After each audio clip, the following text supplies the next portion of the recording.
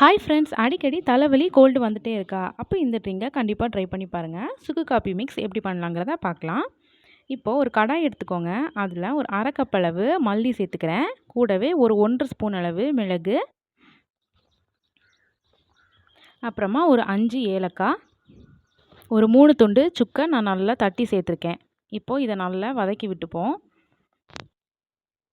இப்போது இது நல்லா வதங்கி வீடே மணக்கிற மாதிரி நல்ல ஒரு ஸ்மெல் வரும். இப்போ இந்த ஸ்டேஜில் அடுப்பு ஆஃப் பண்ணிவிட்டு இதை ஒரு மிக்ஸி ஜாருக்கு மாற்றிட்டு நல்லா இந்த மாதிரி அரைச்சி எடுத்துக்கோங்க. இப்போது சுக்கு காஃபி செய்கிறதுக்கு ஸ்டார்ட் பண்ணிடலாம்.